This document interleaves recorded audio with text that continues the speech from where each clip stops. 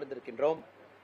முதல்ல நம்முடைய நீட் எக்ஸாமை பற்றி நிறைய கருத்துக்கள் தமிழகத்தில், மாற்று கருத்துக்கள், நிறைய அரசியல் கட்சி தலைவர்கள் தங்களுடைய கருத்துக்களை பதிவு செஞ்சிருக்கிறாங்க. அதனால் கொஞ்சம் நேரம் எடுத்து நீட்டை பற்றி பேசணும்னு நினைக்கிறோம். காரணம், பாரதிய ஜனதா கட்சி நீட் வேண்டும் என்று நம்ம சாம்பியன் பண்ணக்கூடிய ஒரு கட்சி. எல்லா இடத்துலையும் நீட் வேணும்னு சொல்கிறோம். எதற்காக சொல்லுகின்றோம்? இன்னைக்கு நடந்திருக்கக்கூடிய இந்த நீட்டு பிரச்சனை என்ன, மத்திய அரசு நம்ம என்ன சொல்லியிருக்கோம், தவறு நடந்திருந்தால் எப்படி சரி பண்ண போறோம் என்ன சொல்லியிருக்கோம் அப்படின்னு. நமக்கு தெரியும், இந்த நீட் எக்ஸாமை பொறுத்தவரை அது நடத்தக்கூடிய ஒரு அமைப்பு என்டிஏ, நேஷனல் டெஸ்டிங் ஏஜென்சி. இந்த என்டிஏங்கிற அமைப்பு தான் இந்த நீட்டை நடத்துறாங்க.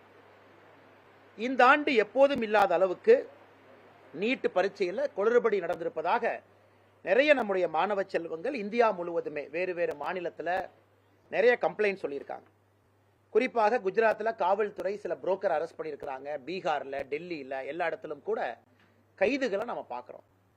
நம்முடைய மாணவ செல்வங்கள் கொடுத்திருக்கக்கூடிய குற்றச்சாட்டுகள் 2-3 வகையான குற்றச்சாட்டுகள். ஒன்று, இந்த நீட்டு பரீட்சையில் கொஸ்டின் பேப்பர் லீக் ஆயிருக்கு அப்படிங்கிற ஒரு குற்றச்சாட்டு. இரண்டாவது, நீட்டு பரீட்சையில் அவங்க போட்டிருக்கக்கூடிய கிரேஸ் மார்க் மூலமாக கிட்டத்தட்ட 13,563 கேண்டிடேட், 1563 கேண்டிடேட்டுக்கு இந்த எக்ஸ்ட்ரா கிரேஸ் மார்க் கொடுத்துருக்கனால இந்த எஃபிஷியன்சியை மாற்றிருக்கிறீங்க அப்படிங்கிற ஒரு கம்ப்ளைண்ட்டு. அதுக்கு அடுத்தது இன்னும் நிறைய கம்ப்ளைண்ட் வந்து பார்த்தோம் அப்படின்னா, ஓஎம்ஆர் ஷீட்டில் டேம்பரிங். நாங்கள் எழுதின ஓஎம்ஆர் ஷீட்டும் அங்கே ஓஎம்ஆர் ஷீட் எதில் வந்து எக்ஸாம் அசஸ் பண்ணுறாங்களோ அந்த ஓஎம்ஆர் ஷீட்டுக்கும் பிரச்சனை அப்படின்னு. இன்னைக்கு இதுக்கெல்லாம் சேர்ந்து நம்முடைய மத்திய அரசு உச்சநீதிமன்றத்தில், குறிப்பாக நம்முடைய எம்ஹெச்ஆர்டி மினிஸ்டர் தர்மேந்திர பிரதான் அவர்கள் சில உறுதிமொழிகளை மக்கள் முன்னாடி கொடுத்துருக்குறாங்க. ஒன்று, இந்த என்டிஏ அப்படிங்கிறது நேஷனல் டெஸ்டிங் ஏஜென்சிங்கிறது நீட்டு மட்டும் அவங்க நடத்தலைங்க. அவங்க பல எக்ஸாம் நடத்துறாங்க. ஐஐடி எக்ஸாம் அவங்க தான் நடத்துறாங்க. JEE main, joint entrance examination, mains அவங்க தான் நடத்துறாங்க. அவங்க கிட்டத்தட்ட இந்த ஆண்டு 14.5 லட்சம் மாணவ செல்வங்கள் இதே என்டிஏ அமைப்பு நடத்தின எக்ஸாம் அட்டன் பண்ணாங்க. நீட் யூஜியும் அவங்க தான் நடத்துறாங்க, நீட் பிஜி நடத்துறாங்க. சிமேட், காமன் மேனேஜ்மெண்ட் அட்மிஷன் டெஸ்ட், அதுவும் என்டிஏ தான் நடத்துறாங்க. GPAT, graduate pharmacy aptitude test, அதையும் இதே ஏஜென்சி தான் நடத்துறாங்க. யூஜிசி நெட், ஆயிரக்கணக்கான லட்சக்கணக்கான நம்முடைய ஆசிரியர்கள், நம்முடைய மாணவ செல்வங்கள் நிறைய நெட் நேஷனல் எலிஜிபிலிட்டி டெஸ்ட்டுக்கு போறாங்க. யூஜிசி நெட்டும் இவங்க தான் நடத்துறாங்க. Jawaharlal Nehru university entrance test, ஜேஎன்யூக்கான என்ட்ரன்ஸ் டெஸ்ட் இவங்க தான் நடத்துறாங்க. சிஎஸ்ஐஆர் என்இடி இவங்க தான். Indian council of agriculture research இவங்க தான். Indian institute of foreign trade. So நம்ம ஒரு விஷயத்தை புரிந்து கொள்ள வேண்டியது, நீட்டில் பிரச்சனை இல்லை. நீட் எக்ஸாமை நடத்தக்கூடிய என்டிஏ அமைப்பு, ஒரு காமனாக இருக்கக்கூடிய அமைப்பு, நிறைய பரீட்சைகள் நடத்தக்கூடிய அமைப்பு, அந்த என்டிஏவின் மீது இந்த வருஷம் குற்றச்சாட்டு வச்சிருக்கிறாங்க, எக்ஸாம் சரியா நடத்தல. அதுவும் குறிப்பாக தமிழகத்தை பொறுத்தவரை நம்முடைய பத்திரிகை நண்பர்களுக்கு நன்றாகவே தெரியும். 2024 தமிழகத்திற்கு ஒரு சிறப்பான ஆண்டு, மற்றும் ஒரு சிறப்பான ஆண்டு. நீட்டை பொறுத்த வரைக்கும் 1,52,000 ஸ்டூடெண்ட்ஸ் எழுதினாங்க தமிழகத்தில். 89,426 மாணவ செல்வங்கள் பாஸ் ஆகியிருக்கிறாங்க. ஸோ 59%. கடந்த 5 ஆண்டுகளில் ஹையஸ்ட் பாஸ் பர்சன்டேஜ் இந்த ஆண்டு, ஹையஸ்ட் பாஸ் இந்த ஆண்டு, ஆல் இந்தியா டாப் ரேங்கர்ஸும் இந்த ஆண்டு அதிகம். ஸோ தமிழகத்தை பொறுத்தவரை இந்த நீட்டு பரீட்சையில் நம்முடைய மாணவ செல்வங்களுக்கு ஒரு சிறப்பான ஆண்டாகத்தான் இது இருந்திருக்கு. கான்ட்ரோவர்சிக்கான காரணம், 67 மாணவர்கள் 720க்கு 720 வாங்கியிருக்கிறாங்க. அது எப்படி சாத்தியம்? நீட்டினுடைய மார்க்கிங் சிஸ்டம் இதெல்லாம் பார்க்கும் பொழுது 718, 719 வாங்குறதுக்கு சாத்தியமே இல்லை. எப்படி 718, 719 வாங்கியிருக்கிறாங்க? நீட் ரிசல்ட் எதற்காக லோக்சபா தேர்தல் ரிசல்ட் அன்னைக்கு ரிலீஸ் பண்ணாங்க. ஜூன் 4ஆம் தேதி ரிலீஸ் பண்ணாங்க. ஆனால் அவங்க ஜூன் 14ஆம் தேதி தான் நீட் யூஜி ரிசல்ட்டை ரிலீஸ் பண்ணியிருக்கணும் அப்படிங்கிற ஒரு குற்றச்சாட்டு. அதே போல் நிறைய எக்ஸாமினேஷன் சென்டர்ல இருந்து டாப்பர்ஸ் வந்திருக்கிறாங்க. அதில் எப்படி ஒரே எக்ஸாமினேஷன் சென்டர்லேருந்து இவ்வளோ டாப்பர் வந்திருக்க முடியும்? கொஸ்டின் பேப்பர் லீக்கினுடைய அலிகேஷன் எல்லாம். நாம் இன்றைக்கு 2 விஷயங்கள் உங்கள் முன்னாடி தெளிவுபடுத்த விரும்புகிறோம். ஸோ நம்முடைய அரசை பொறுத்தவரை, குறிப்பாக நம்முடைய தர்மேந்திர பிரதான் ஐயா அவர்களை பொறுத்தவரை, என்டிஏவே நாங்கள் ரீ எக்ஸாமின் பண்ணுறோம். இந்த நேஷனல் டெஸ்டிங் ஏஜென்சி அப்படிங்கிற அமைப்பு, இந்த நீட் உட்பட பல பரீட்சைகளை நடத்தக்கூடிய அமைப்பு, அதனுடைய சிஸ்டத்தை நாங்கள் ரீ எக்ஸாமின் பண்ணுறோம். அது சரியான முறையில் தான் இத்தனை ஆண்டுகளாக இருந்து கொண்டு இருக்கிறதா, இப்போ சரியா இருக்கா, இந்த கான்ட்ரோவர்சிக்கான காரணம் என்ன அப்படிங்கிறத நாங்கள் ரீ எக்ஸாமின் பண்ணுறோம். அதில் தவறுகள் யார் செய்திருந்தாலும் கூட நிச்சயமாக கடுமையான நடவடிக்கை நாம் எடுக்க போகிறோம். உங்களுக்கு தெரியும், நம்முடைய தேர்தல் வாக்குறுதியில் பாரதிய ஜனதா கட்சி கொஸ்டின் பேப்பர் லீக், அதுக்காகவே நாம் ஒரு ஸ்பெசிபிக் பாயிண்ட் வச்சிருந்தோம். கொஸ்டின் பேப்பர் லீக்குக்கு தனி சட்டத்தின் மூலமாக அவங்களுக்கு ஒரு சிறப்பு தண்டனை பெற்றுக் கொடுப்போம் என்று உறுதிமொழி அளித்திருந்தோம். அதையெல்லாம் தாண்டி இன்னைக்கு அலகாபாத் உச்சநீதிமன்றம் ஒரு ஸ்பெசிபிக்கான ஒரு கேஸ், பிரியங்கா காந்தி அவங்களே ஒரு வீடியோ போட்டிருந்தாங்க. பிரியங்கா காந்தி அவங்க ஒரு வீடியோ ஷேர் பண்ணியிருந்தாங்க. ஆயுஷி பட்டேல் அப்படிங்கிற மாணவி இந்த மாதிரி என்னோட ஓஎம்ஆர் ஷீட்டையே ஃபோர்ஜ் பண்ணிட்டாங்க, என்னுடைய ஓஎம்ஆர் ஷீட்டை ஏமாத்தி வேற ஷீட்டை வச்சுட்டாங்க, அதனாலதான் மார்க் குறைவா வந்திருக்குன்னு ஆயுஷி பட்டேல் சொன்னதை பிரியங்கா காந்தி அவங்க போட்டிருந்தாங்க. இன்னைக்கு அலகாபாத் உயர்நீதிமன்றம் அது பொய் என்று சொல்லி இருக்கின்றார். அதாவது ஆயுஷி பட்டேல் அவங்களுடைய ஓஎம்ஆர் ஷீட் அப்படியே தான் இருக்கு, அது ஒரிஜினல் ஓஎம்ஆர் ஷீட் தான். ஆயுஷி பட்டேல் அவங்க தான் பொய் சொல்றாங்க. இது அலகாபாத்தினுடைய உயர்நீதிமன்றம் கொடுத்திருக்கக்கூடிய தீர்ப்பு. அதனால் நம்முடைய பத்திரிகை நண்பர்களுக்கு என்னுடைய அன்பான வேண்டுகோள், ஒரு மாணவ செல்வங்களும் ஒன்னொன்னு சொல்றாங்க. உதாரணத்துக்கு நான் ஆயுஷி பட்டேல் அப்படிங்கிற ஒரு மாணவ செல்வத்தினுடைய ஒரு பாயிண்ட் எடுத்து நான் பேசுறேங்க. அது மாதிரி இண்டிவிஜுவலா ஒருத்தர் ஒன்று சொல்றதை விட நம்முடைய அரசை பொறுத்தவரை இந்த என்டிஏ அதை நம்ம ரொம்ப ரீ எக்ஸாமின் பண்றோம். இத்தனை எக்ஸாம் நடத்தி இருக்கிறோம், இத்தனை ஆண்டுகள் நீட் நடத்தி இருக்கோம். உலகத்துல சைனாவுக்கு அப்புறம் என்டிஏவில் மாணவர்கள் அட்டன் பண்ற எக்ஸாம் இதான் ஹையஸ்ட். சைனால 1,29,00,000 பேர் ஒரு நேஷனல் டெஸ்டிங் ஏஜென்சி அவங்க ஊரில் நடத்துறாங்க. இந்தியாவில் 1,23,00,000 பேர், அவ்வளவு ஸ்டூடெண்ட்ஸ் வேற எக்ஸாம் பண்றாங்க. ஸோ இது நம்முடைய பத்திரிகை நண்பர்கள் மூலமாக தமிழக மக்களுக்கு எல்லோருக்கும் நாங்கள் கொடுக்கக்கூடிய ஒரு கிளாரிபிகேஷன். அதனால் வந்திருக்கக்கூடிய செய்திகள் முற்றிலும் உண்மைத்தன்மை இல்லாத செய்திகள். அதே நேரத்தில் நாங்கள் எதையும் டிஃபெண்ட் பண்ண போல, தவறு நடந்திருந்தால் நிச்சயமாக அதிலே நாம் நடவடிக்கை எடுக்கத்தான் போறோம். அதே நேரத்தில் 1563 கேண்டிடேட்டுக்கு கொடுத்திருக்கக்கூடிய கிரேஸ் மார்க்கை உச்சநீதிமன்றம் அவங்க ஏத்துக்கல. இந்த கிரேஸ் மார்க்கை ஏன் என்டிஏ கொடுத்தாங்கன்னா 2018 உச்சநீதிமன்றத்தினுடைய தீர்ப்பு. இந்த கிரேஸ் மார்க்குக்கு 13/6/2018 அதே உச்சநீதிமன்றம் ஒரு தீர்ப்பு கொடுத்திருந்தாங்க. குறிப்பாக கிரேஸ் மார்க் எப்படி கொடுக்கணும் அந்த அடிப்படையில தான் என்டிஏ கிரேஸ் மார்க் கொடுத்திருந்தாங்க. அவங்க ஆர்கியூ பண்ணாங்க, அதை உச்சநீதிமன்றம் ஏத்துக்கல. அந்த கிரேஸ் மார்க்கை கேன்சல் பண்ண சொல்லிட்டாங்க. அதனால எல்லா கிரேஸ் மார்க்கும் இப்ப கேன்சல் ஆகி அவங்களுக்கு ஒரு ஆப்ஷன் கொடுத்திருக்காங்க, ரீடெஸ்ட் அவங்க எடுக்கலாம் அல்லது பழைய மார்க் ஹோல்ட் ஆகும். எங்கேயும் கூட உச்சநீதிமன்றம் பிரிலிமினரி என்கொயரி அவங்க பண்ணியிருக்கும் பொழுது கவுன்சிலிங்கை நிறுத்த வேண்டும், நீட் எக்ஸாமை திரும்ப நடத்தணும்னு எங்கேயுமே சொல்லல. அதனால எங்கேயாவது தவறு நடந்திருந்தால் நிச்சயமாக நடவடிக்கை நம்முடைய அரசு அதில் எடுக்கத்தான் போகுது, எந்த மாற்று கருத்தும் இல்லை. காரணம், ஒரு எக்ஸாமினேஷன் சிஸ்டம் மேல நமக்கு ஒரு நம்பிக்கை இல்லாம போயிருச்சுன்னா அது ஒரு நாட்டை அந்த மாதிரி நம்ம நடத்த முடியாதுங்க. அடுத்து இன்னைக்கு நம்ம தமிழகத்தில் மற்றும் ஒரு முறை துரதிருஷ்டவசமாக ஹூச் கள்ளச்சாராயம் அதை அருந்தி இன்னைக்கும் இறப்பை நாம பார்க்கிறோம், மறுபடியும் இறப்பு பார்க்கிறோம் தமிழகத்தில். இதற்கு முன்பு நடந்த பொழுது 22 நம்முடைய சொந்தங்கள் 22 பேர் போன ஆண்டு இறந்த பொழுது மரக்காணத்துல செங்கல்பட்டுல. அப்ப திமுக என்ன சொன்னாங்க, இல்ல இது இத்தனை ஆண்டுகள் கழிச்சு நடக்குது, 18 ஆண்டுகள் 20 ஆண்டுகள் கழிச்சு நடக்குது, எப்பவாச்சும் நடக்கும் தானே, இதை வச்சுல அரசியல் பண்றீங்க, நாங்க ஆக்ஷன் எடுக்கிறோம் அப்படின்னு. அப்பவே நாங்க ஜிஞ்சி மஸ்தான் அவர்களுக்கும் மருவூர் ராஜா அவர்களுக்கும் இருக்கக்கூடிய தொடர்பை பத்தி எல்லாம் நம்ம பேச ஆரம்பிச்சு, அதன் பிறகு மருவூர் ராஜாவின் மீது குண்டா போட்டதெல்லாம் நமக்கு தெரியும். ஆனா இன்னைக்கு மறுபடியும் கள்ளக்குறிச்சியில 5 பேர் மறுபடியும் இறந்திருக்காங்கன்னா நம்ம ஒரு விஷயத்தை புரிந்து கொள்ள வேண்டும். இவங்க இறந்திருக்கிறவங்களை மட்டும் இன்னைக்கு மீடியால பாக்குறோம். ஆனா கள்ளச்சாராயம் என்பது தமிழகத்துல பொதுவாக எல்லா இடத்திலும் வர ஆரம்பித்து விட்டது. கள்ளச்சாராயத்தினுடைய புழக்கமே அதிகமா இருக்கு. தமிழ்நாட்டினுடைய அமைச்சர் பேர் டாஸ்மார்க் நம்ம வைக்கவே இல்லைங்க, டாஸ்மார்க் அமைச்சரே வைக்கல. அமைச்சர் பேரே நம்ம ப்ரொஹிபிஷன் மினிஸ்டர் தான் வச்சிருக்கோம். தமிழ்நாட்டினுடைய அமைச்சரே இன்னைக்கு இருக்கக்கூடிய அமைச்சர் முத்துசாமி அவர்கள், அவருடைய பொறுப்பே ப்ரொஹிபிஷன் மினிஸ்டர். அவருடைய முதல் வேலை இந்த ப்ரொஹிபிஷனை கொண்டு வரணும், குறிப்பாக கள்ளச்சாராயத்தை ஒழிக்கணும். அதுக்காக செப்பரேட்டா இருக்கக்கூடிய போலீஸ் விங்க அவர் ஆக்டிவேட் பண்ணணும். ஆனா இன்னைக்கு கண்டினியூஸாக 2 ஆண்டுகள் இது நடக்க ஆரம்பித்திருக்கிறது, பெரிய அளவு நடக்க ஆரம்பித்திருக்கு. அதனால் எங்களுடைய குறைந்தபட்ச எதிர்பார்ப்பு, மக்களுடைய எதிர்பார்ப்பும் கூட இந்த ப்ரொஹிபிஷன் மினிஸ்டராக இருக்கக்கூடிய முத்துசாமி அவர்கள் உடனடிய பதவி விலகும். காரணம், அவருடைய பணி அவர் செய்யல. ஒர்க், அவருடைய பணி அவர் செய்திருக்கணும். முதலமைச்சர் பொறுப்பேற்கணும். மறுபடியும் அடுத்த வருஷம் மறுபடியும் 10 பேர், மறுபடியும் இன்னொரு ஊரு, இந்த கதை தொடர்கதையாக இருக்கக்கூடாது. ரெக்லெஸா டாஸ்மார்க்கினுடைய வளர்ச்சிக்கு எந்த அளவுக்கு திராவிட முன்னேற்ற கழகத்தினுடைய அரசு டாஸ்மார்க்கினுடைய வளர்ச்சி தன்னுடைய வளர்ச்சியாக வேலை பார்க்கிறாங்களோ, அப்படி இருக்கும் பொழுது எதற்காக இந்த கள்ளச்சாராயத்தை தடுப்பதற்காக இந்த அரசு எதற்காக எந்த நடவடிக்கை எடுக்காம இருக்கிறார்? இது ஒரு பக்கம் இருக்கும் பொழுது, இன்னொரு பக்கம் மணல் கடத்தக்கூடிய கும்பல் அரசு அதிகாரிகள் மீது நடத்தக்கூடிய தாக்குதல். இப்பதான் நம்ம பார்த்தோம், புதுக்கோட்டையில 15/6/2024 இலுப்பூர்ல தாசில்தார் தேவநாயகி அவங்க அசிஸ்டன்ட் மேல மறுபடியும் ஒரு கொலைவெறி தாக்குதல். கடந்த 3 ஆண்டுகள் நம்ம பட்டியலிடுறோம் அப்படின்னா 2021 திருச்சியில திமுக ஒன்றிய பொறுப்பாளர் ஒருத்தர் நீக்கிறாங்க. காரணம் மணல் கடத்தல போலீஸ்க்கு மிரட்டல். 8/6/2022 திருவையாறுல 24 மணி நேரம் இதே பிரச்சனை. 26/4/2023 தூத்துக்குடியில மணல் கொள்ளை குறித்து புகார் கொடுத்ததால் அலுவலகத்தில் புகுந்து விஏஓ வெட்டி கொலை. 24/9/2023 ஓமலூர்ல விஏஓயை கொலை செய்ய முயற்சி. 28/5/2023 மணல் கொள்ளையை தடுத்த வருவாய் ஆய்வாளர் மீது தாக்குதல்.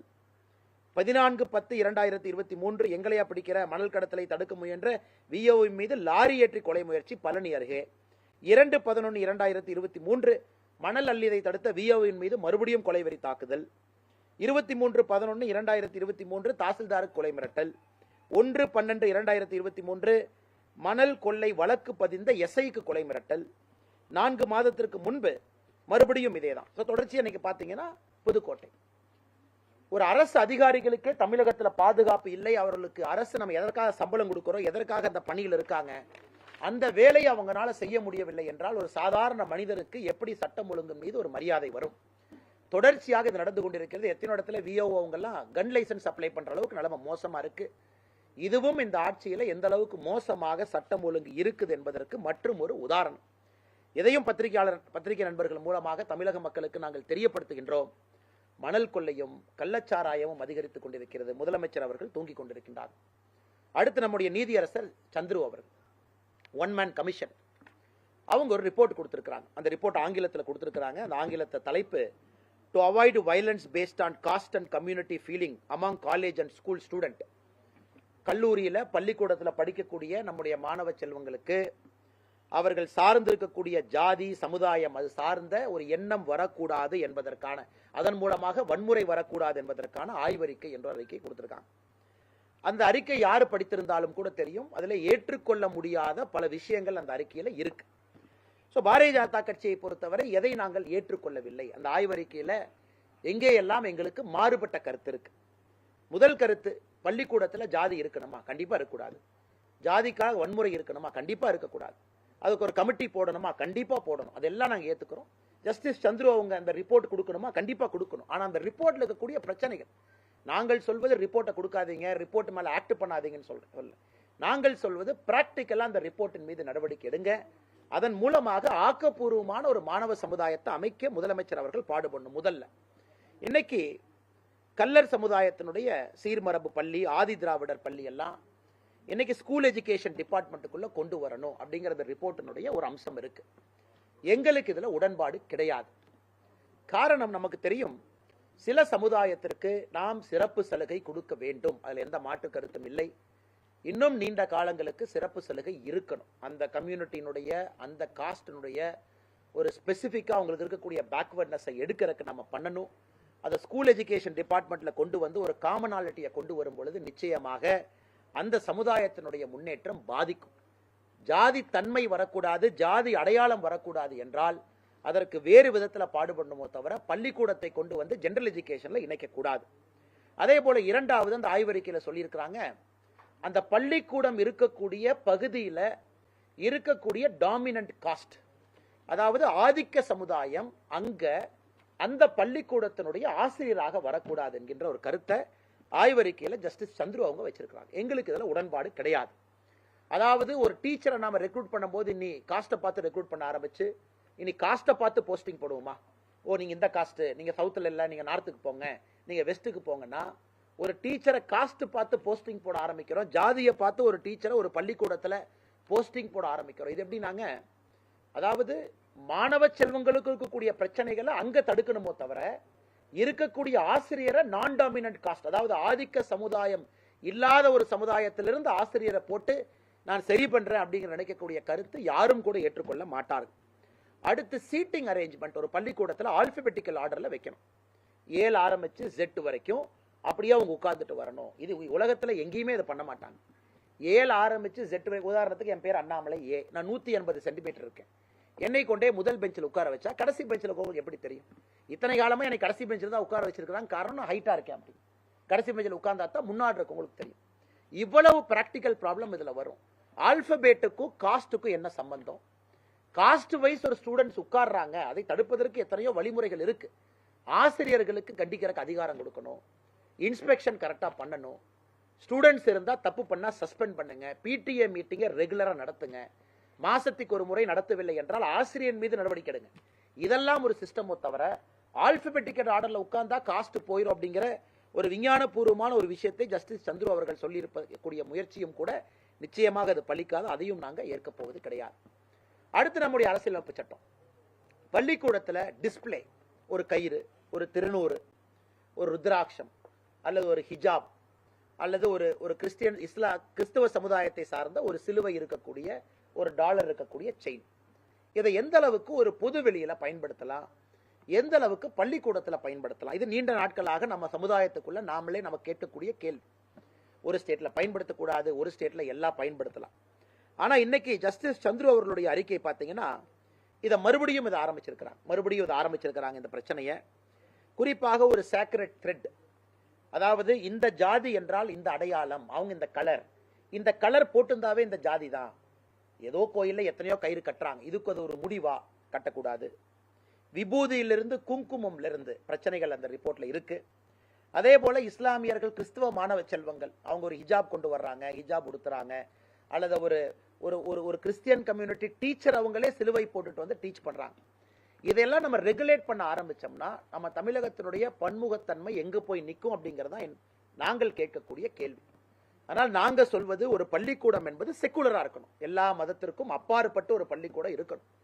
ஆனா இன்னைக்கு விபூதி குங்குமத்திலிருந்து ஆரம்பித்து இது எங்க போய் இது நிறுத்த போறாங்க. அதனால் இதுலயும் எங்களுக்கு உடன்பாடு இல்லை. நீங்க இது எல்லாமே இண்டிவிஜுவலா ஒரு டவல் போட்டுட்டு வர்றாங்க, அனுமதி கிடையாது. அதே மாதிரி அவங்களுடைய ஃபேஸ் டிஸ்பிளே இல்ல, சில இடத்துல அப்ஜெக்ஷன் பண்றாங்க. இதையெல்லாம் ஆக்கப்பூர்வமாக ஒரு டெசிஷன் எடுக்கணுமோ தவிர கையில கட்டியிருக்கக்கூடிய ஒரு நூலையோ மேலே வைத்திருக்கக்கூடிய குங்குமத்தையோ விபூதியோ இதை வைத்திருந்தால் ஒரு சமுதாயமாக அடையாளப்படுத்தப்படுவார்கள் என்று சொல்வதில் எங்களுக்கு உடன்பாடு இல்லை. அடுத்தது சோசியல் ஜஸ்டிஸ் ஸ்டூடெண்ட்ஸ் ஃபோர்ஸ், அதாவது பள்ளிக்கூட மாணவங்களையே ஒருங்கிணைத்து சமூக நீதி படை அப்படிங்கிற ஒரு படையை உருவாக்கணும் அப்படின்னு. அந்த படைக்கு தலைவர் யார், அந்த படையினுடைய அதிகாரம் என்ன, அந்த படையினுடைய வரம்பு என்ன, அந்த படை யாரை போய் தடுக்கலாம், அந்த படை கேள்வி ஏற்கிறதுக்கு என்ன அதிகாரம், ஒரு பள்ளிக்கூட மாணவர்களுக்கு என்ன அதிகாரத்தை நாம கொடுப்போம், இந்த சமூக நீதி படைங்கிறது என்ன பர்பஸ் இது சால்வ் பண்ண போகுது. அதனால இந்த ரிப்போர்ட்ல ஒருவேளை அந்த மாதிரி படை இருக்குன்னு அவங்க நினைச்சாங்கன்னா அது என்ன செய்யும், எப்படி செய்யும், எதற்காக அந்த படை இருக்கும், அதை யாரு கண்ட்ரோல் பண்ணுவாங்க, மாணவ செல்வங்களுக்கு சின்ன வயசுல இது தேவையா, இது ஆசிரியர்கள் செய்ய வேண்டிய வேலையை ஏன் மாணவ செல்வங்கள் மீது திணிக்கிறீங்க அப்படிங்கிறது எங்களோட இன்னொரு கேள்வியா இருக்கு. அடுத்தது, இன்னைக்கு ஒரு பக்கம் டெக்ஸ்ட் புக்ல பல விஷயங்கள் இருக்கு, குளோரிபிகேஷன் ஆஃப் ஒரு பர்டிகுலர் ஐடியாலஜி, டெக்ஸ்ட் புக்ல தமிழ்நாடு டெக்ஸ்ட் புக்ல பல பிரச்சனைகள் இருக்கு.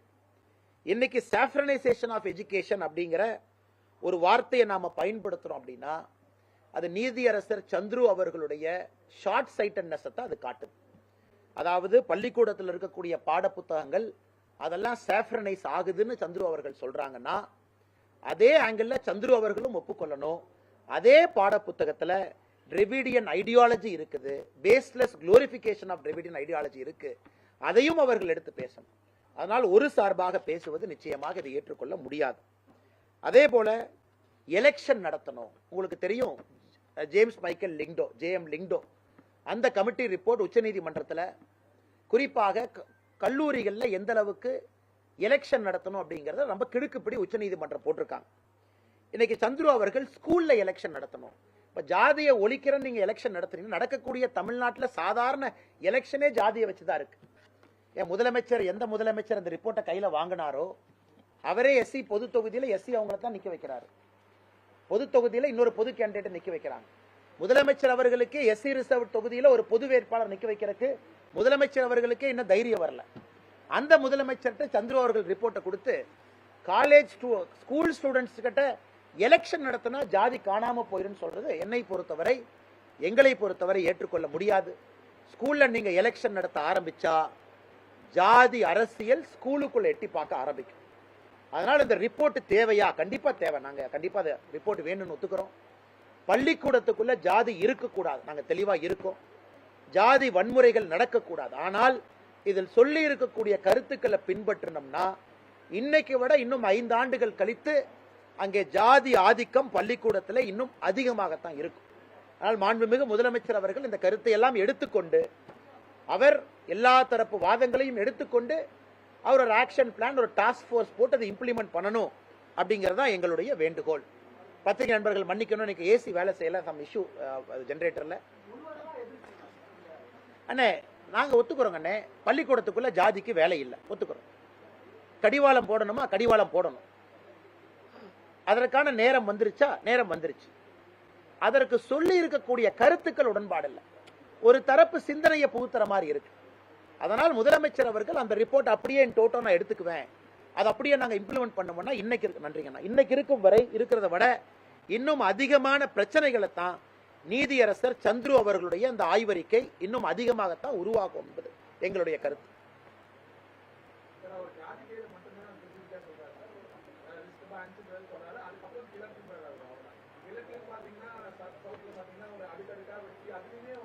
அண்ணா நம்ம அசம்ஷனுங்க அண்ணா, உதாரணத்திற்கு என் கையில நீ கருப்பு கயிறு பார்த்தீங்கன்னா நான் ரெட் கலர் கட்டியிருக்காங்க. சில நேரத்தில் நான் ஆஞ்சநேயர், நான் ஒரு கலர் கட்டுறேன். எல்லோருமே மாறி மாறி எல்லா கலர் கட்டுறோம், கிரீனு கட்டுறோம், எல்லாமே கட்டுறோம். இந்த ஜாதிக்கு இந்த அடையாள குறியீடு நீங்க கொடுத்துட்டீங்கன்னா ஒரு கோயில்லையுமே நோன்புக்கு கட்டுறோம். கும்பாபிஷேகம் நடக்கும் பொழுது 42 நாள் ஒரு கயிறு கட்டுறோம். இதெல்லாம் பிராக்டிக்கல் சொல்யூஷனா நான் கேட்கறேங்கண்ணா. இது ஸ்கூலை தாண்டி வீட்டுக்குள்ள வர ஆரம்பிக்கும். அந்த கயிறு இந்த ஜாதி தான் அப்படின்னு அடையாளப்படுத்துவது எங்கிருந்து ஆரம்பிக்குதுன்னு கேட்கிறேன். நீங்க ஸ்ட்ரிக்டா இருங்க. பேரண்ட்ஸ் வர்றாங்க, சஸ்பெண்ட் பண்ணுங்க. அந்த குழந்தைய 1 வருஷம் சேர்த்துக்காதீங்க. அருவாள் எடுத்துட்டு வந்து வெட்டுறாங்க, சீர்திருத்த பள்ளிக்கு அனுப்புங்க. வயசாயிருச்சு, ஆக்ஷன் எடுங்க. பள்ளிக்கூடத்தினுடைய தலைமை ஆசிரியர் மீது நோட்டீஸ் எடுங்க. குரூப்பிசமோ அங்க வந்துச்சுன்னா ஆசிரியர் செய்ய வேண்டிய வேலையெல்லாம் நீங்க மாணவ செல்வங்கள் மீது திரிச்சீங்கன்னா 12 வயசு, 13 வயசு, 7 வயசு என்ன மெச்சூரிட்டி இருக்குங்கண்ணா? ஐபிஎஸ்லயே சொல்றோம் 8 வயசு வரைக்கும் குற்றமே பண்ண முடியாது. ஒரு குழந்தை குற்றம் செய்தாலும் ஐபிஎஸ்சியை பொறுத்தவரை குற்றவாளி இல்ல. 8ல இருந்து 12 வரைக்கும் குற்றம் செஞ்சாங்கன்னா ஆராய்ஞ்சு தான் செக்ஷன் போடணும். 12ல இருந்து 18 ஒரு டிஃபரண்ட் ஆக்ட் இருக்கு. அப்படி இருக்கும் பொழுது இதுக்கெல்லாம் ஒரு சொல்யூஷன் கயிறுல இருந்து ஆரம்பிச்சா எங்க போய் நிக்குங்கண்ணா? அதான் எங்களுடைய கேள்வி. வேண்டும், தடுக்கணும். அது ஒரு பிராட் பேஸ்டா இருக்கணுமோ தவிர ஸ்பெசிபிக்கா எலெக்ஷன். ஏன்னா இந்த எலெக்ஷன்லயே ஜாதி அரசியல், பூத்து ஜாதி அரசியல் பண்றாங்க. நீங்க பள்ளிக்கூடத்துல எலெக்ஷன் நடந்தா அவங்க அப்பா அம்மா சும்மா இருப்பாங்களா? அவங்க கேன்வாஸ் பண்ணுவாங்க. இன்னைக்கு சுப்ரீம் கோர்ட்டே எலெக்ஷன் நடத்த வேண்டாம் ஜேஎம் லிங்கோ ரிப்போர்ட்ல சொல்லும் பொழுது பள்ளிக்கூடத்துல எலெக்ஷன் நடத்தணும் ஜஸ்டிஸ் சந்துரு அவர்கள் சொல்றாங்க. இது எந்த அளவுக்கு சாத்தியம் என்றுதான் நான் கேள்வி கேட்கிறோம். ஜாதி வராதான பள்ளிக்கூடத்துல? கண்டிப்பா வருங்க.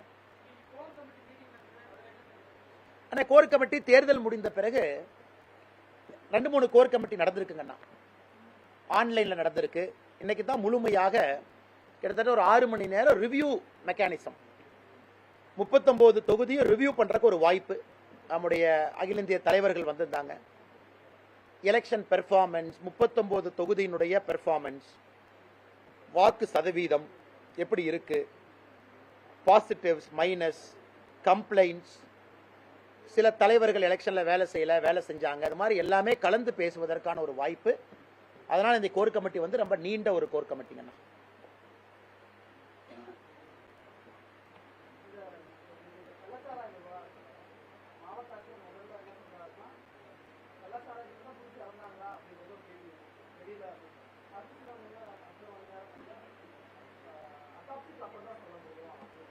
பரவாயில்ல, போன டைம் டிஜிபி செஞ்ச வேலையை இப்ப மாவட்ட தலைவர் பண்றாரு. போன டைம் டிஜிபி மரக்காணத்தில் ஆனோடனே டிஜிபி சொன்னாரு இண்டஸ்ட்ரியல் லிக்கர் வேற, இந்த லிக்கர் வேற அப்படின்னு அவர் பிரஸ் மீட்டே நடத்தினார்.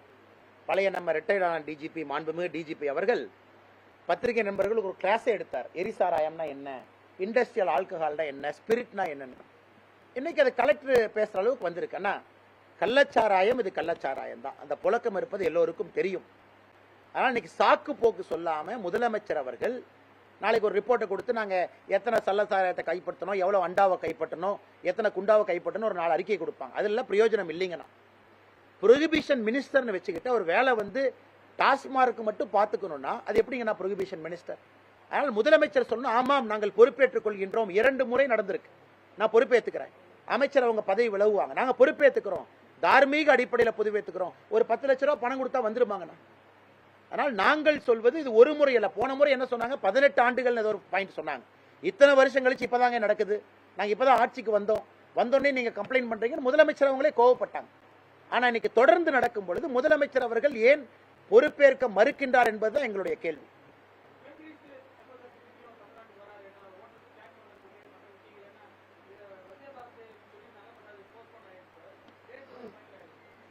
அண்ணா சாரிங்க அண்ணா, உங்க கேள்வி பிரைம் மினிஸ்டர் ஏன் போஸ்ட்போன் ஆயிடுச்சுன்னு கேக்குறீங்களா?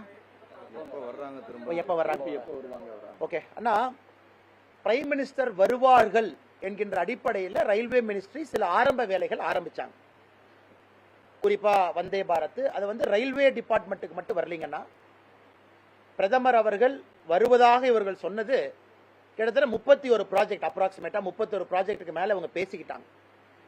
இன்னைக்கு அவங்க என்ன சொல்லியிருக்காங்கன்னா, அதெல்லாம் சில வேலைகள் முடியணும், பிரைம் மினிஸ்டர் உங்களுக்கு வேற ஏதோ ஒரு வேலை அன்னைக்கு இருக்கு, அதனால் கூடிய விரைவில் ஒரு புதிய டேட்டா அறிவிக்கிறோம்னு சொல்லியிருக்காங்க. இதான் ரயில்வேலிருந்து சொல்லியிருக்கக்கூடிய கருத்து. அதை தாண்டி எங்ககிட்ட பொதுப்படையான எந்த கருத்து இல்லைங்கன்னா, அதே நேரத்தில் பிரைம் மினிஸ்டர் வர வேண்டிய நேரம் கூட காலையிலையா சாயந்தரமா அதுவும் கூட ஒரு சின்ன இடர்பாடு இருந்துச்சு. அதையெல்லாம் சரி பண்ணிட்டு ஒரு புதிய டேட் கொடுப்பாங்கன்னு நாங்கள் நம்புறோங்கண்ணா. அதை தாண்டி எங்களுக்கு புதுசாக எதுவும் தெரியாதுங்க.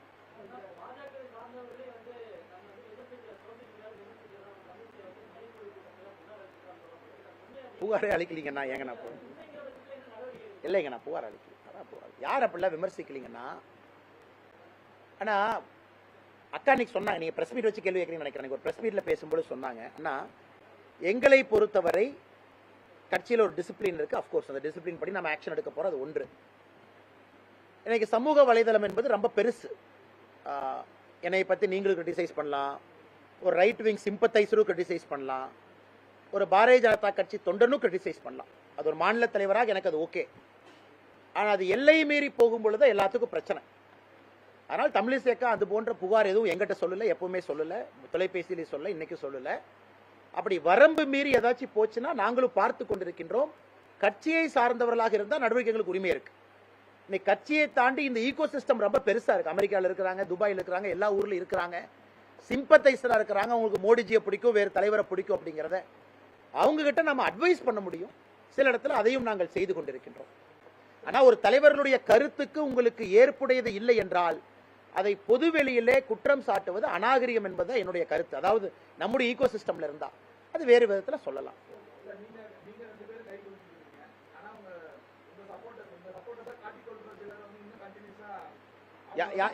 யாருனே சப்போர்ட்ரு, யாருனே சப்போர்ட்ரு, அவர் யார் சப்போர்ட்ரு, அவர் என்ன அண்ணா ஒரு விஷயம் புரிஞ்சு அண்ணே, தமிழ்நாட்டில் இருக்கக்கூடிய எல்லா தொண்டனும் என் சப்போர்ட்டர் தான். கேபி ராமலிங்கன சப்போர்ட்டர் தான், கருப்பு முருகானந்தன சப்போர்ட்டர் தான், மோடிஜி சப்போர்ட்டர் தான். எல்லோரும் என்னுடைய குழந்தைகள், எல்லாரும் என் சப்போர்ட்டர் தான். இப்ப நீங்க அண்ணா இந்த தொண்டை உங்க சப்போர்ட்டர் இல்லையா, அவங்களே சப்போர்ட்டர் தான். அதனால சில பேர் என் சப்போர்ட்டர்னு சொல்றாங்க, சில பேர் என் சப்போர்ட்டர்னு சொல்ல, அதுக்காக இவங்க தான் உங்க சப்போர்ட்டர், எல்லோரும் எங்க சப்போர்ட்டர் தான். அதனால என்னை பொறுத்தவரை பாரதிய ஜனதா கட்சியில இவங்க சப்போர்ட்டர் அவங்க சப்போர்ட்டர்லாம் ஒன்றும் கிடையாது. அது காங்கிரஸ் கட்சி இல்லைங்கண்ணா. பொறுத்திருந்து பாருங்கண்ணா, புகார் வந்திருக்கு, பொறுத்திருந்து பாருங்க. சொல்லியிருக்காங்க, புகார் கொடுத்திருக்காங்க, பொறுத்திருந்து பாருங்க. அப்படி யாராவது ஒரு தலைவருடைய கிரிட்டிசிசம் என்பது அந்த எல்லை மீறி போகும் பொழுது நிச்சயமா நடவடிக்கை எடுப்போம். பொறுத்திருந்து பாருங்க, நாளைக்கு வரைக்கும் பொறுத்திருந்து பாருங்க. ஒரு நாளைக்கு வரைக்கும் பொறுத்திருந்து பாருங்க. நாங்க ஏதாச்சும் ஒரு நடவடிக்கை எடுத்தா நீங்க கேள்வி கேட்டா நான் பதில் சொல்லுவேன். நீங்க நடவடிக்கை ஏன் எடுத்தீங்கன்னு பொறுத்திருந்து பாருங்க, பொறுத்திருந்து பாருங்க. ஆனா அவங்களே கம்ப்ளைண்ட் கொடுக்கல, தமிழிசை கொடுக்கல, சூமோட்டோவா நாங்களே சில கம்ப்ளைண்ட் எடுத்திருக்கோம். ஒரு மாநில தலைவர் என்கின்ற முறையில நானே சில கம்ப்ளைண்ட் எடுத்திருக்கேன். இந்த தலைவர்களை பத்தி ஏன் இப்படி பேசுனீங்க, அந்த தலைவரை ஏன் கிரிட்டிசைஸ் பண்ணீங்க, ஏன் இந்த தலைவரை பத்தி இந்த கருத்து சொன்னீங்க. குறிப்பா யூடியூப்ல செய்தி சேனல்ல பெருசா இருக்கிறதுல மாடரேஷன் அங்க இருக்கிறாங்க. அதனால அந்த கருத்துக்களை நானே சில இடத்துல கேட்டிருக்கேன். பொறுத்திருந்து பாருங்க, எல்லாத்தையும் எக்ஸ்பிளனேஷன் கேட்டிருக்கோம். சொல்லுங்கண்ணா.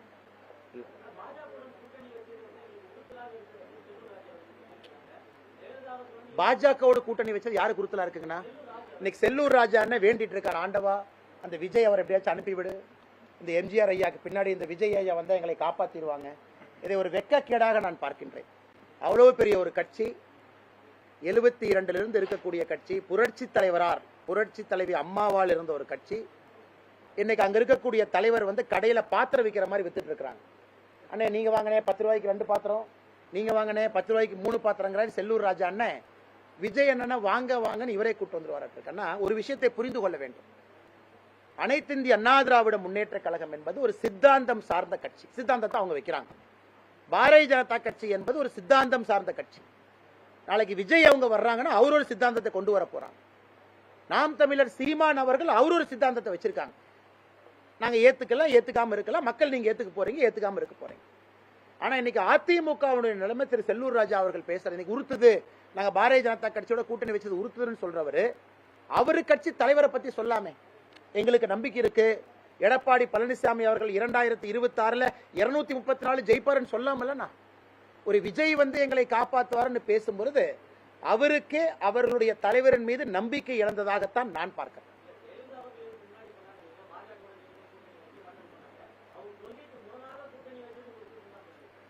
அப்படி சொன்னாரண்ணா. அப்புறம் கூட்டணி வைக்கும் போது அவர் ஏன் கூட்டணி வச்சாருங்கண்ணா? அப்பயே சொல்லிருக்கலாமே, நாங்கள் கூட்டணிக்கு வரமாட்டோம், கதவு இழுத்து பூட்டிடுறோம், பூட்டை மாட்டிட்டோம், அப்ப சொல்லிருக்கலாமல்லங்கண்ணா. நாங்கள் யாரையும் வலுக்கட்டாயமாக நீங்க வந்து எங்களோட கை கோருங்கன்னு யாரையுமே கூப்பிடல. சரிங்கண்ணா, இது இப்படி பாருங்கண்ணா, இன்னைக்கு பாஜக கூட்டணியில தேசிய ஜனநாயக கூட்டணியில் இருக்கக்கூடிய தலைவர்கள் கட்சிகள்லாம் அதிமுக வேண்டாம் என்று எங்களிடம் வந்தவர்கள். நான் இப்படி கேட்கிறேன் அண்ணங்கிட்ட, பாட்டாளி மக்கள் கட்சி ஏன் அதிமுக போலீங்கன்னா? என்டிஏ வரணும். ஏசி சண்முகம் அவர்கள் ஏன் நம்ம சிம்பிள்ல போட்டிடுறாங்க? சோ இன்னைக்கு அதிமுக சொல்லக்கூடிய தலைவர்கள் ஏன் பாரதிய ஜனதா கட்சியை விட்டுருங்கண்ணா, பாரதிய ஜனதா கட்சி விட்டுருங்க. சரி, நான் பாரதிய ஜனதா கட்சியை பொருட்டா மதிக்கல, செல்லூர் ராஜா சொல்றாங்க, மறந்துருங்க. மத்த கூட்டணிகள் நீங்க தக்க வைக்கலன்னு நான் கேட்கிறேன். இவ்வளவு பேசுறவங்க நீங்க பாரதிய ஜனதா கட்சி மதவாத கட்சியெல்லாம் அபாண்டமான குற்றச்சாட்டு வைக்கிறீங்க. இன்னைக்கு அதிமுக தலைவர்கள் சொல்லிட்டு ஏன் இந்த தலைவர்கள் நீங்க கூட வச்சுக்கல? அவர்கள்லாம் ஏன் வேண்டாம் என்று வெளியே வந்தாங்க? ஏன் பாரிவேந்தன் அவர்கள் திமுக இருந்து வந்தாங்க, ஜான் பாண்டியன் வெளியே வந்தாங்க. ஜான் பாண்டியன் 2021ல அதிமுக சிம்பிள்ல போட்டிட்டாங்க சென்னையில. அந்த கேள்விக்கு என்னங்க பதில்? பாஜக நீங்க மறந்துருங்க. அந்த ஏசி சண்முகன் அந்த கூட்டணி கட்சி தலைவர்கள் வெளியே வந்தது உண்மைதானுங்கண்ணா.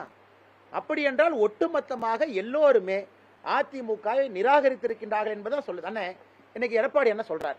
அண்ணன் என்ன சொல்றாரு?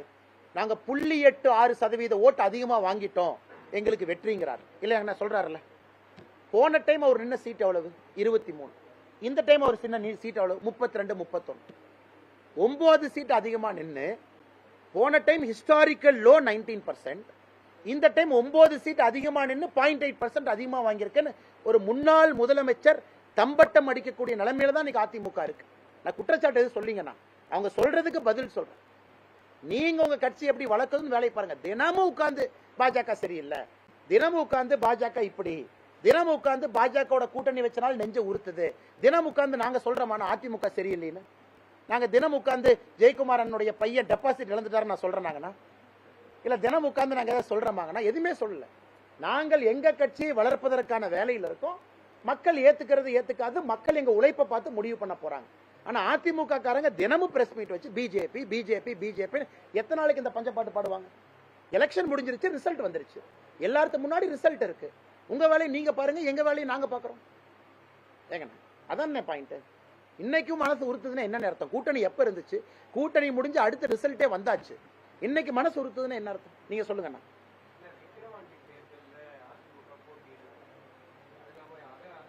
சரி, இன்னைக்கு எடப்பாடி என்ன சொல்றாங்க? தமிழகத்தினுடைய சட்டம் ஒழுங்கு அவர் ரொம்ப பாதிச்சிருச்சாமா, அதனால நான் விக்கிரவாண்டியில போட்டி இல்லைன்னு. சரி, ஈரோடு பை எலெக்ஷன் அப்ப சட்டம் ஒழுங்கு பாதிக்கலையா உங்களையா? ஈரோடு பை எலெக்ஷன் அப்ப சட்டம் ஒழுங்கு இன்னும் மோசமா இருந்துச்சு.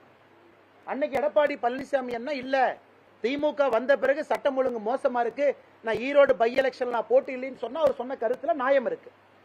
அதனால ஈரோடு பை எலெக்ஷன்லயா போட்டிட்டாங்க? கொங்கு பகுதி அங்க அதிமுக ஸ்ட்ராங்கா இருக்கு, நான் போய் நின்று பார்ப்போம். அன்னைக்கு 60,000 ஓட்டு மார்ஜின் லாஸ். ஆனால் சொல்லி இருக்கக்கூடிய கருத்து ஏற்புடையதில்லை. அதுக்கு மேல அவங்க கட்சிக்கு விட்டதுங்கண்ணா. நிக்கிறது நிக்காது அதிமுக அவங்க இஷ்டம், அதை பத்தி குறை சொல்றதுக்கு எனக்கு எது ரைட்ஸ் கிடையாது. பட் சொல்லி இருக்கக்கூடிய கருத்தை மக்கள் ஏத்துக்குவாங்கன்னு அவர் நினைச்சா மக்கள் இங்க அறிவாளிகள். அப்ப ஈரோடு பை எலெக்ஷனுக்கு இது பொருந்தாதா? விக்கிரவாண்டி மட்டும்தான் சட்டம் ஒழுங்கா? அதனால் எங்களை பொறுத்தவரை நாங்கள் இதை ஒரு ஜனநாயக கடமையாக பார்க்கின்றோம். ஒரு பை எலெக்ஷன்ல மக்களுக்கு சாய்ஸ் கொடுக்கணும். ஒரு விக்கிரவாண்டி சட்டம் ஒழுங்குக்கும் விக்கிரவாண்டிக்கு என்ன சம்பந்தங்க? ஒரு கேண்டிடேட் நிக்கிறாங்க, இன்னொரு கேண்டிடேட், மக்கள் 3 கேண்டிடேட் பார்த்து ஓட்டு போடுறாங்க. இது பை எலெக்ஷனுடைய தன்மை. மக்களுக்கு ஓட்டிங் சாய்ஸ் கொடுக்கிறோம். தோக்கிறது ஜெயிக்கிறது ரெண்டாவதுங்கண்ணா. அதனால் நான் அதிமுக விக்கிரவாண்டி தேர்தலை புறக்கணித்திருப்பது அவர்கள் சொன்ன கருத்தை மக்கள் ஏற்றுக்கொள்ளவில்லை என்பதைத்தான் நான் பிரதிபலிக்கிறேன்.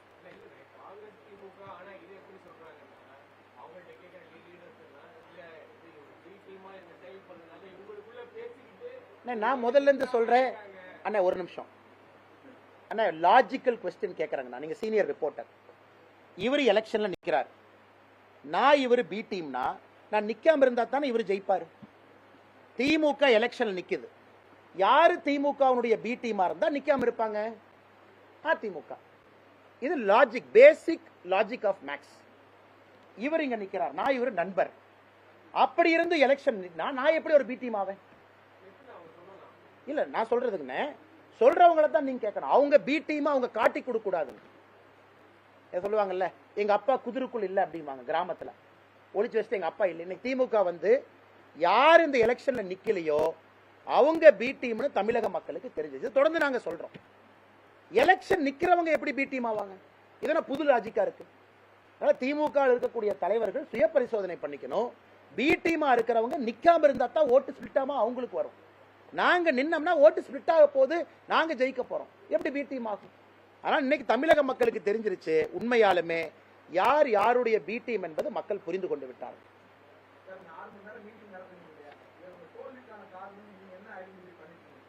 வெற்றிக்கான காரணத்தை நிறைய பார்த்தோம்னா, 96 இருந்து எலெக்ஷனை ட்ராக் பண்ணீங்கன்னா முதலாக பாரதிய ஜனதா கட்சி டபுள் டிஜிட் ஓட் ஷேர்ல இருக்கும். Double digit vote share. அண்ணே, ஒரு புலி ஆகணும்னா ஃபர்ஸ்ட் புலி குட்டி ஓடணும், அந்த குட்டி பால் குடிச்சு அந்த குட்டி கொஞ்சம் பெருசாகணும், அந்த குட்டி ஓட கத்துக்கணும், அப்புறம் அந்த குட்டி புலியாகி சாப்பிட போகணும். இன்னைக்கு பாரதிய ஜனதா கட்சி புலி ஆகணும்னு எங்களுக்கு ஆசை. ஆனா இன்னைக்கு தான் குட்டியிலிருந்து வளர்ந்துகிட்டு இருக்கோம். குட்டியிலிருந்து வளர்ந்து ஒரு மீடியம் புலி ஆயிருக்கிறோம். அது இந்த தேர்தல் 2026 முழுமையான புலி ஆகும். 78 இடத்துல 2வது இடத்துல வந்திருக்கோம். 78 சட்டமன்றத்தில் நல்ல வாக்கு வாங்கியிருக்கோம், வரலாறு காணாத வாக்கு வாங்கியிருக்கோம். இப்ப தோல்வி அப்படின்னு நண்பர் நீங்க கேட்கக்கூடிய கேள்வியில ஒருவேளை எம்பிஏ அனுப்பல அப்படின்னு கேட்டீங்கன்னா, திருநெல்வேலி இன்னைக்கு அதிமுகவுடைய ஓட் ஷேர் திருநெல்வேலியில 13%, கோயம்புத்தூர் அதிமுகவுடைய ஓட் ஷேர் 17%, வெள்ளூர் டெபாசிட் இல்ல. சோ எதெல்லாம் முக்கியமான தொகுதிகளோ அங்க எல்லாம் அனைத்து இந்திய அண்ணா திராவிட முன்னேற்ற கழகத்தினுடைய வாக்கு சதவீதம் 18% வரை குறைவு. டெபாசிட்டை ஜஸ்ட் வாங்கியிருக்காங்க, அங்க இருக்கிறாங்க, அது தெரிஞ்சிடும். சோ எந்த அளவுக்கு இன்னைக்கு முக்கியமான சில தொகுதிகள்ல சில கட்சிகள் அன்கோ போட்டுருக்காங்க. தொடர்ந்து நான் சொல்றேன், இந்த குற்றச்சாட்டு இன்னைக்கு நான் வைக்கலீங்க, நான் 3 மாசமா சொல்றது. எங்களுடைய சேலஞ்ச் அதையும் தாண்டி நாங்க ஜெயிக்கணும். இல்ல 4 லட்சம் ஓட்டு வாங்கினா போதும், அவங்க 2.5 லட்சம் வாங்குவாங்க, இவங்க 3 லட்சம் வாங்குவாங்க இருந்தது. அதெல்லாம் மாறி ஒரு நல்ல தொகுதியில பாரதிய ஜனதா கட்சி ஜெயிக்க வேண்டும் என்றால் 5 லட்சம் ஓட்டு வேண்டும் என்ற இந்த தேர்தல் எங்களுக்கு பாடத்தை சொல்லி கொடுத்திருக்கு. இல்ல அதிமுக 20% எடுப்பாங்க, திமுக இருப்பாங்க, நீங்க ஜெயிங்க அப்படிங்கிற எங்களுக்கு கிடைத்திருக்கக்கூடிய பாடம். வலிமையான தொகுதிகளில் பாரதிய ஜனதா கட்சி ஜெயிக்க போகுதுன்னா அங்கே 3வது கட்சி முதல் கட்சிக்கு விட்டு கொடுக்கும் என்பது இந்த தேர்தலில் வெட்ட வெளிச்சமாயிருக்கு. நாங்க கம்ப்ளைண்ட் பண்ணலீங்கன்னா அது எங்க பிரச்சனை. நாங்க 4.5 லட்சம் ஓட்டு எப்படி 5.5 லட்சம் ஓட்டுன்னு மாத்தணும், அது எங்களுக்கு கிடைத்திருக்கக்கூடிய முதல் பாடம். இரண்டாவது, முதலாக பாரதிய ஜனதா கட்சி இவ்வளவு இடத்துல நிக்குது. 7 இடத்துல நின்றுக்கோம், 5 இடத்துல நின்றுக்கோம், 6 இடத்துல நின்றுக்கோம்.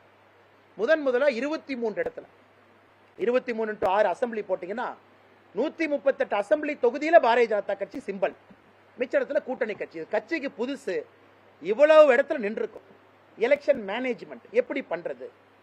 இப்ப திமுக அதிமுக பாத்தீங்கன்னா எலெக்ஷனை மேனேஜ் பண்றதுக்கு ஒரு இடத்துல 2000-3000 பேர் இருக்காங்க, எங்கிட்ட 1000 பேர் தான் இருக்கிறாங்க. எலெக்ஷனை மேனேஜ் பண்ற 2000 பேருக்கு எப்படி உருவாக்குறது? இரண்டாவது பாடம். மூன்றாவது, இன்னும் நம்முடைய வேட்பாளர்கள் கடுமையா வேலை செய்யணும், மக்கள்கிட்ட போகணும்.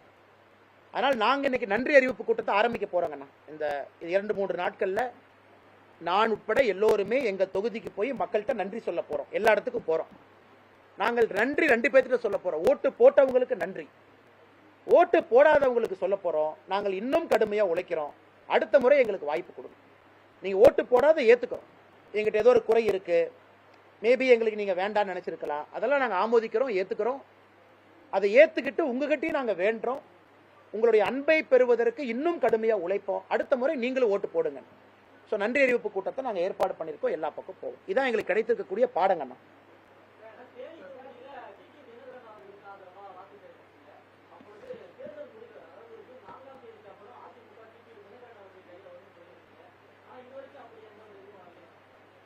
அரசியல் எப்பவுமேங்கன்னா ஒரு பெரிய கிளேசியர், அது தேயுதுன்னா கொஞ்சம் கொஞ்சமா அப்படியே தேய ஆரம்பிக்கும். ஒரு கிளேசியர், ஒரு பெரிய பனிப்பாறை தேயுதுன்னா கொஞ்சம் கொஞ்சமா தேய ஆரம்பிக்கும்.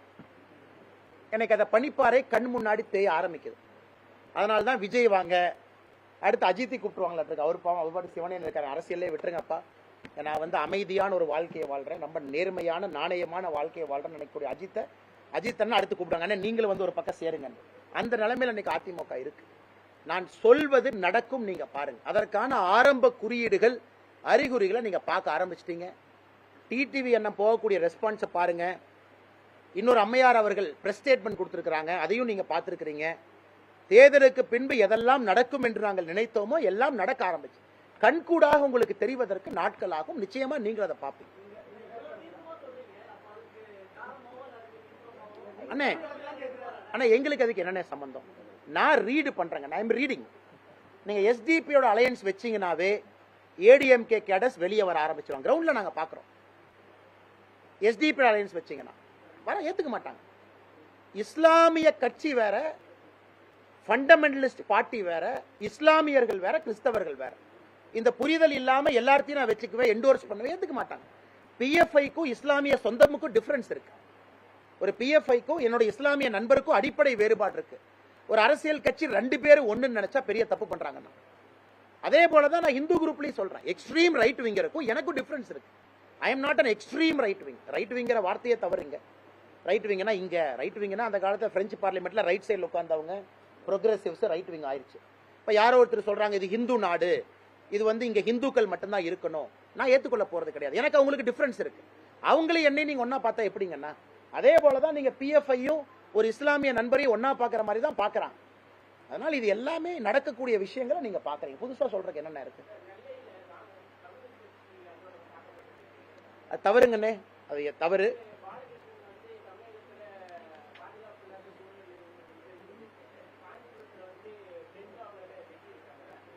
நான் காஞ்சிபுரத்தினுடைய பெண் காவலர், நானும் அதை கண்டிக்க உங்ககிட்ட வந்தேன். ஆனா அவருடைய கணவரே சம்பந்தப்பட்டிருக்கும் பொழுது அது மேபி நான் ஒரு மிஸ்நார்மலா எடுத்துக்கலாம். கணவர் சம்பந்தப்பட்டிருக்காங்க, இருந்தாலும் சீரோடியில் அந்த அம்மா இருந்தாங்க, அது நடந்திருக்க கூடாது. ஆனா கணவர் பண்ணியிருக்காரு, அதை தவறுதான். கம்யூனிஸ்ட் கட்சியினுடைய சித்தாந்தத்தின் மீது எங்களுக்கு ஏகப்பட்ட குற்றச்சாட்டு இருந்தாலும் 2 கலப்பு திருமணத்திற்காக வந்தாங்க. அவங்க போலீஸ் ஸ்டேஷனுக்கு ஒரு கம்யூனிஸ்ட்காரங்க போனாங்க. அதன் பிறகு தஞ்சம் புகுந்த ஒரு ஆபீஸ்குள்ள வந்தாங்க. அதன் பிறகு தாக்குதல் நடந்திருக்கு அப்படிங்கிறது எங்களுக்கும் ஏற்புடையது இல்லைங்கண்ணா. இதெல்லாமே காவல்துறை சரியா ஹேண்டில் பண்ணணும். ஒரு கலப்பு திருமணத்துல 18 வயசுக்கு மேல வர்றாங்கன்னா இல்ல எனக்கும் உங்களுக்கும் தனிப்பட்ட இது இல்லைங்கண்ணா. சட்டம் என்ன சொல்லுது? அவ்வளவுதான். 2 பேருக்கு விருப்பம் இருக்கு, கல்யாணம் பண்ணி வைங்க, அதான் சட்டம் சொல்லுது. இல்ல எனக்கு உங்களுக்கு இண்டிவிஜுவல் வெறுப்பே இல்லை. ஆனா காவல்துறை சில இடத்துல கொஞ்சம் கடினமான நடவடிக்கை எடுக்கணும். போலீஸ் ஸ்டேஷன் பஞ்சாயத்து மையமா, போலீஸ் ஸ்டேஷன்ல அரசியல், போலீஸ் ஸ்டேஷன்ல 2 தரப்பு கருத்தை ஒரு நாள் பேசும்போது இந்த மாதிரி பிரச்சனை நடக்குது. ஆனால் கட்சி அலுவலகத்தினுடைய தாக்குதல் என்பது ஏற்புடையது கிடையாது, அது நடந்திருக்க கூடாது. அது தமிழகத்தினுடைய சட்டம் ஒழுங்கா படம் பிடிச்சு காட்டுது.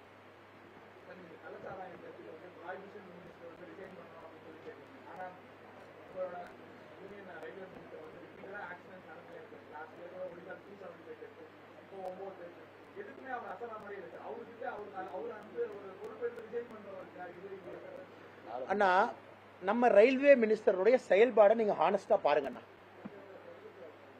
அஸ்வினி வைஷ்ணவ் அவரை தாண்டி நான் 10 ஆண்டுகளா சொல்றேன். ரயில்வே மினிஸ்டர் அஸ்வினி வைஷ்ணவ் அவர்கள் வேற எல்லாம் பொறுப்பில் இருந்தாங்க. ரயில்வே அமைச்சர் தன்னுடைய கடமையை செஞ்சிருக்காங்களா? Electrification, coach maintenance, Vande Bharat, metre gauge, broad gauge conversion, இதெல்லாமே நீங்க பாருங்க. எல்லாத்துலயுமே நம்ம சக்சஸ் பண்ணிருக்கோம். இன்னைக்கும் நான் உங்களுக்கு சேலஞ்ச் பண்றேன், 10 ஆண்டு யூபிஏ, 10 ஆண்டு என்டிஏ, ரயில்வே ஆக்சிடென்ட் டெத் நீங்க கம்பேர் பண்ணுங்க, நம்ம ரொம்ப கீழே இருக்கும். ஆர்குமெண்ட் சேக் சொல்றேன். அதை தாண்டி விபத்து நடக்குமா? நடக்கக்கூடாது, யாரும் இறக்கக்கூடாது, எந்த மாற்று கருத்தும் இல்லை. ஒரு சரக்கு ரயில் சிக்னலிங் இஷ்யூ, குறிப்பாக எங்கெல்லாம் வந்து செக் போஸ்ட் இல்லையோ அதெல்லாம் நடக்கக்கூடாது. அதுக்கு எல்லா வேலையும் செய்யறாங்க. சிக்னலை சரியா கொண்டு வர்றாங்க. இந்த சிக்னலை வச்சு ஆப்போசிட்ல ஒரு வண்டி வந்துச்சுன்னா அந்த கவச் சிஸ்டத்துல ஸ்டாப் பண்ணக்கூடியது எல்லாத்துக்கும் எக்ஸ்பேண்ட் பண்றாங்க. அன்மேன்டு கிராசிங் இருந்ததுன்னா மேன்டு கிராசிங்கா அதை பண்ண பாக்குறாங்க. எல்லா முயற்சியும் எடுத்துக்கொண்டிருக்கின்றோம். ஆனால் அஸ்வினி வைஷ்ணவ்ஜி அவர்களை பொறுத்தவரைக்கும் is a performing minister. But இங்க நான் வைக்கிற ஆர்குமெண்ட்டுங்கன்னா ப்ரொஹிபிஷன் மினிஸ்டர்னு பேரை வச்சுக்கிட்டு டாஸ்மார்க்கை வளர்த்துக்கிட்டு இருக்காங்க நான் சொல்றேன். அதுக்குன்னு தமிழ்நாட்டில் ஹைவே டெத் நடக்குது, நான் ரோட் டிரான்ஸ்போர்ட் மினிஸ்டர் ரிசைன் பண்ண சொல்ல. தமிழ்நாட்டில் ஹைவே டெத் நடந்துருச்சுன்னா லாரியில 10 பேர் இறந்துட்டாங்க, ரோட் டிரான்ஸ்போர்ட் மினிஸ்டர் ரிசைன் பண்ணுங்க, அது வந்து அபத்தமானது நான் சொல்லலைங்க. நான் தொடர்ந்து ரோடு மெயின்டெனன்ஸே இல்லை நான் சொல்லலாம். நான் சொல்வது ப்ரொஹிபிஷன் மினிஸ்டர்னு பேர் வச்சுக்கிட்டு அந்த வேலையை தவிர எல்லா வேலையும் செய்யறாருன்னு தான் நான் சொல்றேன்.